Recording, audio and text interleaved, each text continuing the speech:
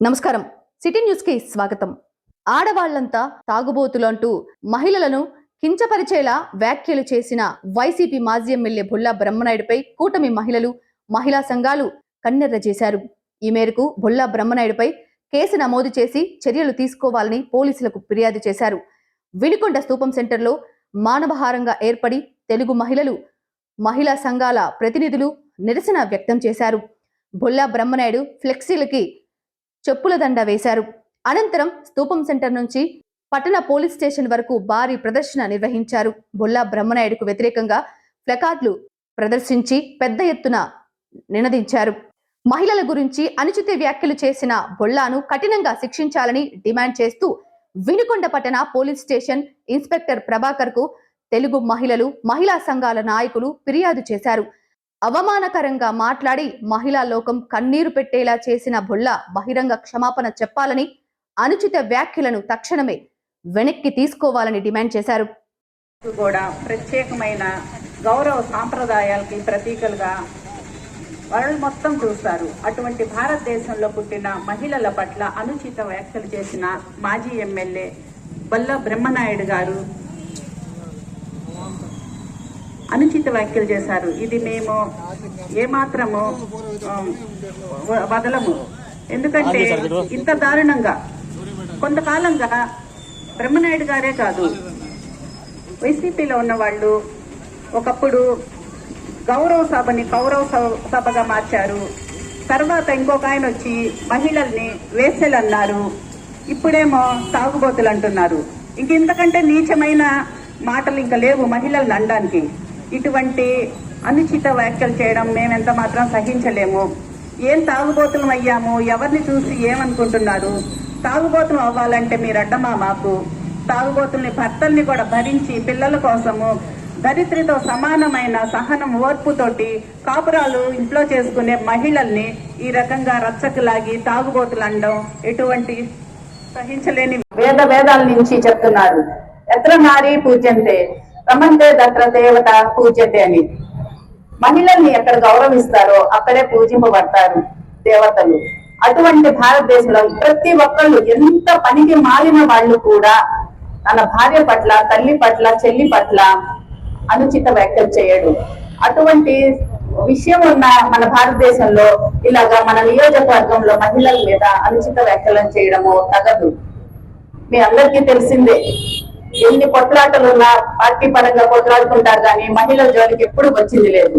మొన్న మన జీవి గారు దసరాకి మహిళలందరినీ ఏకం చేసి వాళ్ళకి శుభాకాంక్షలు చెప్తూ వాళ్ళకి ఆయన శక్తి కొలది చీరలైనా తోడుకోవడానికి గాజులు ఇవన్నీ చేసి భోజనం పెట్టి వాళ్ళకి శుభాకాంక్షలు చెప్పి మీకు అన్నగా నేనున్నాను, నా తలుపులు ఎప్పుడూ తెరిచుంటాయి మీకు అని వాళ్ళని సాగనంపారు.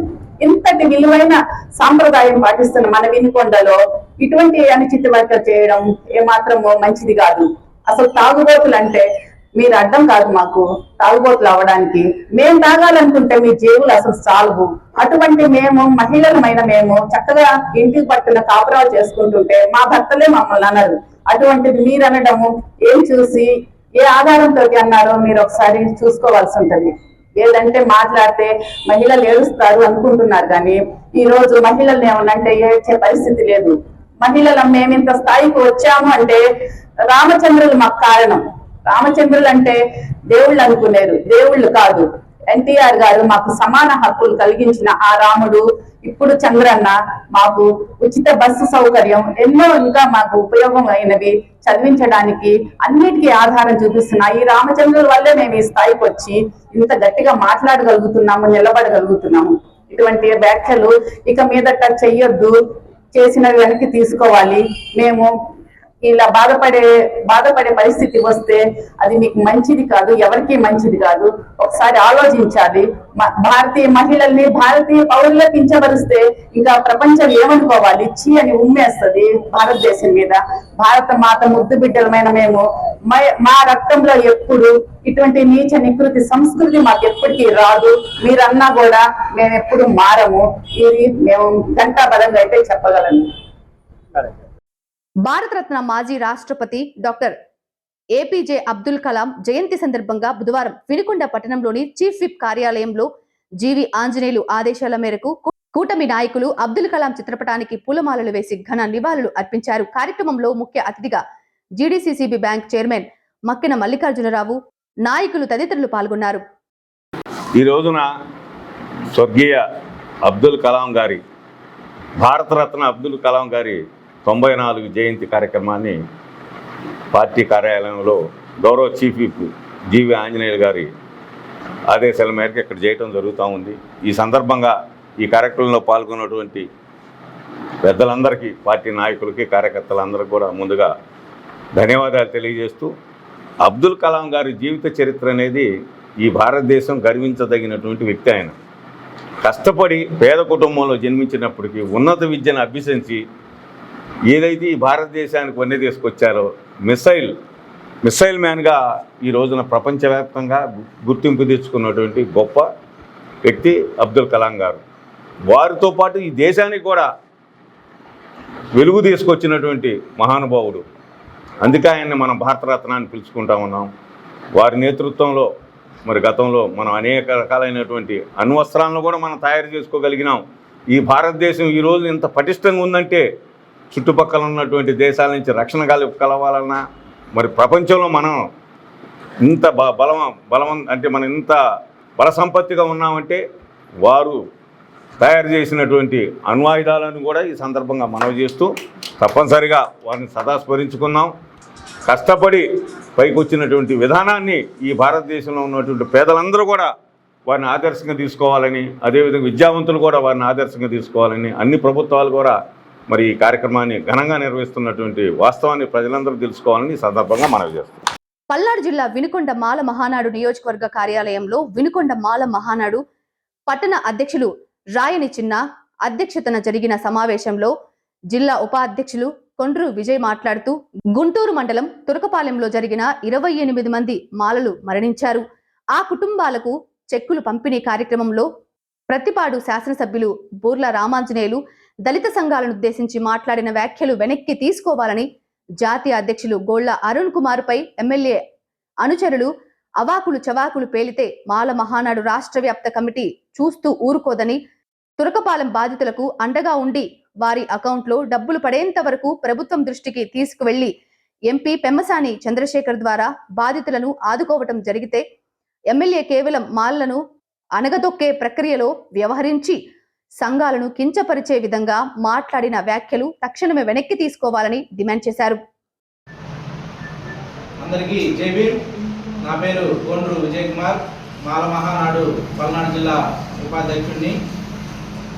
గడిచిన 2 రోజుల క్రిందట గుంటూరు జిల్లా తురకపాలెం గ్రామం నందు మాలలు చనిపోయినటువంటి బాధిత కుటుంబాలకు అండగా గత కొన్ని రోజులుగా మాల మహానాడు జాతీయ అధ్యక్షులు గోళ్ల అరుణ్ కుమార్ గారు మరియు రాష్ట్ర అధ్యక్షులు డాక్టర్ గోదా జాన్పాల్ గారు మరియు గుంటూరు జిల్లా అధ్యక్షుడు హేమా ప్రసాద్ గారు వీరు బాధిత కుటుంబాలకి వాళ్ళ యొక్క సమస్యలు తెలుసుకునే కొరకు వాళ్ళ గ్రామాన్ని సందర్శించి ప్రతి కుటుంబాన్ని పరామర్శించి మీకు నేను అండగా ఉంటాను, మీ సమస్యల పట్ల మేము పోరాడి ప్రభుత్వం నుంచి రావాల్సినటువంటి ఎక్స్ప్రెషన్ ఏదైతే ఉందో మేము పెమ్మసాని చంద్రశేఖర్ గారు అయినటువంటి ఎంపీ పెమ్మసాని చంద్రశేఖర్ గారిని కలిసి మీ సమస్యను వివరించి చంద్రబాబు నాయుడు గారితో మాట్లాడి 3 లక్షల ఎక్స్ప్రెషన్ ఇప్పిస్తామని ఎంపీ పెమ్మసాని చంద్రశేఖర్ గారిని కలిసి మాట్లాడటం జరిగింది. అయితే ఎంపీ పెమ్మసాని చంద్రశేఖర్ గారు ఏ పార్టీ అయినా కానీ పార్టీలకు అతీతంగా నేను ఉండి మీకు అండగా ఉండి బాధిత కుటుంబాలకి న్యాయం జరిగేలాగా చంద్రబాబు నాయుడు గారితో మాట్లాడి మీ సమస్యకి పరిష్కారం చేసుకొస్తారని హామీ ఇచ్చారు. అయితే ఆయన హామీ ఇచ్చినట్టుగానే చంద్రబాబు నాయుడు గారితో మాట్లాడి 3 లక్షలు కాకుండా 5 లక్షలు ఇవ్వడం అనేది చాలా సంతోషకరమైన విషయం. ఇదే విషయాన్ని తురకపాలెం గ్రామంలో చనిపోయినటువంటి బాధిత కుటుంబాలను కలిసి పరామర్శించి మరలా వారికి ఈ విషయం తెలియజేయడం జరిగింది. అయితే గడిచిన 2 రోజుల కిందట ఎంపీ చంద్రశేఖర్ గారి మరియు ఆ నియోజకవర్గ ఎమ్మెల్యే బుర్లా రామాంజనేయులు గారి ఆధ్వర్యంలో మాల మహానాడు జాతీయ అధ్యక్షులు గోళ్ల అరుణ్ కుమార్ గారు, రాష్ట్ర అధ్యక్షులు గోదా జాన్పాల్ గారు గుంటూరు జిల్లా అధ్యక్షులు దారా హేమప్రసాద్ గారి ఆధ్వర్యంలో చెక్కులు పంపిణీ కార్యక్రమం అనేది జరుగుతూ ఉంది. ఈ కార్యక్రమం సక్రమంగా జరగాలని, సజావుగా జరగాలని, బాధిత కుటుంబాలకి ఈ ప్రభుత్వం అండగా ఉంటుందని హామీతోటి అందరూ చాలా సంతోషంగా కార్యక్రమం జరుగుతున్న సందర్భంలో ఆ స్థానిక ఎమ్మెల్యే ఎవరైతే ఉన్నారో రామాంజనేయులు గారు తొందరపడి ఒక మాట అనడం చాలా బాధాకరంగా అనిపించింది. దళారులకి రూపాయి కూడా కమిషన్ ఇవ్వాల్సిన అవసరం లేదన్నారు. అయితే ఒకటి గుర్తుపెట్టుకున్న ఎమ్మెల్యే గారు ఎప్పుడు కూడా మాల మహానాడు కమిటీ రాష్ట్ర వ్యాప్తంగా కానీ మా జాతీయ అధ్యక్షుడు పలు రాష్ట్రాల్లో అధ్యక్షతను వహిస్తూ ఉన్నారు. మేము ఎప్పుడు కూడా రూపాయికి ఆశ పడింది లేదు. మా సొంత డబ్బులు ఖర్చు పెట్టుకొని మాల మహానాడు ఈ యొక్క కార్యక్రమాలు చేపడుతూ ఉంటుంది. ఒక మాలలకే కాదు, రాష్ట్రంలో ఉన్నటువంటి దళితులు, వెనుకబడినటువంటి కులాలకు ఎప్పుడు అండగా ఉంటుంది. సమస్య అని మా మాల మహానాడు ఆఫీసు మా ఇంటి తలుపు తట్టిన వెంటనే మా సొంత పనులు కూడా మానుకొని బాధితులకు అండగా ఉండి న్యాయం చేయటకు ప్రతి క్షణం మేము పోరాడుతూనే ఉంటాము. దయచేసి మీరు అన్న మాటని వెనక్కి తీసుకోవాల్సిందిగా కోరుచున్నాము. ఒకటి గుర్తుపెట్టుకోండి, మరలా మీరు మాట్లాడేటప్పుడు ఆచితూచి తెలుసుకొని మాట్లాడటం చాలా మంచిదని హెచ్చరిస్తూ ఉన్నాను. మా మాల మహానాడు అధ్యక్షుడు, జాతీయ అధ్యక్షుడు గోళ్ళ అరుణ్ కుమార్ గారిని మీరు దళారులు కమిటీ అని మాట్లాడటం ఇది సమంజసం కాదు. తప్పు మాట్లాడేది కాకుండా మీ పక్కన ఉన్నటువంటి అవగాహన లేనటువంటి ఎవరైతే ఉన్నారో కార్యకర్తలు వాళ్ళ చేత దుర్భాషలు ఆడిస్తూ నెట్టివేయడం అనేది కరెక్ట్ అయింది కాదు. మీలాగే ఈ మాల మహానాడు కమిటీ కూడా ప్రవర్తించినట్లయితే వేరే విధంగా ఉండేది. ఆ రోజు కార్యక్రమం జరగకుండా బాధితుల పక్షాన మీరు అండగా ఉండి మీరు తిరగాల్సింది పోయి మీరు ప్రతి కుటుంబాన్ని సందర్శించి ఎలా జరిగింది, అసలు ఎక్కడ ఈ సమస్య మొదలైందని తెలుసుకోవాల్సింది. మీరు చేయాల్సిన పనులు మా మాల మహానాడు ఎవరైతే ఉన్నారో నాయకులు చేయటం మీకు అంత సమంజసం కాదేమో అనిపిస్తుంది. దయచేసి గుర్తుపెట్టుకొని మీరు మాట్లాడినటువంటి వ్యాఖ్యల్ని వెనక్కి తీసుకోవాల్సిందిగా ఈ సభాముఖంగా డిమాండ్ చేస్తున్నాను. జై మాల, జై భీమ్. వినుకొండ పట్టణంలోని నర్సాపేట రోడ్డులో నిర్మలా స్కూల్ ఎదురుగా ఉన్న నాగిరెడ్డిపల్లి ప్రాంతంలో బుధవారం తెల్లవారుజామున సుమారు 3 గంటల ప్రాంతంలో దొంగలు హల్చల్ చేశారు. ఓ ఇంట్లో ప్రవేశించిన దొంగతనం చేయబోతుండగా ఇంట్లో నిద్రిస్తున్న వారికి అలికిడి అయింది. గుర్తు తెలియని దొంగ ఇంటి డోర్ను పగలగొట్టి లోపలికి ప్రవేశించాడు. అయితే శబ్దానికి ఇంట్లోని వారు మేల్కోవడంతో దొంగ అప్రమత్తమై వెంటనే అక్కడి నుంచి పారిపోయాడు. ఇంట్లో వాళ్ళు వెంటనే లేవటంతో దొంగకు ఏ వస్తువును తీసుకువెళ్లే అవకాశం దొరకలేదు. ఎటువంటి వస్తువులు పోలేదని ఇంటి యజమాని తెలిపారు. ఈ ఘటనలో స్థానికులు కొంత ఆందోళనకు గురయ్యారు. పోలీసులు ఈ ఘటనపై తగు చర్యలు తీసుకోవాలని, రాత్రి వేళల్లో గస్తీ పెంచాలని స్థానికులు కోరుతున్నారు. వినుకొండ పట్టణంలోని ప్రభుత్వ చీఫ్ కార్యాలయం నందు ఏర్పాటు చేసిన విలేకరుల సమావేశంలో పాల్గొని మాట్లాడిన డీసీసీబీ చైర్మన్ మక్కెన మరియు కూటమి నాయకులు ప్రసంగించారు. అందరికీ నమస్కారం.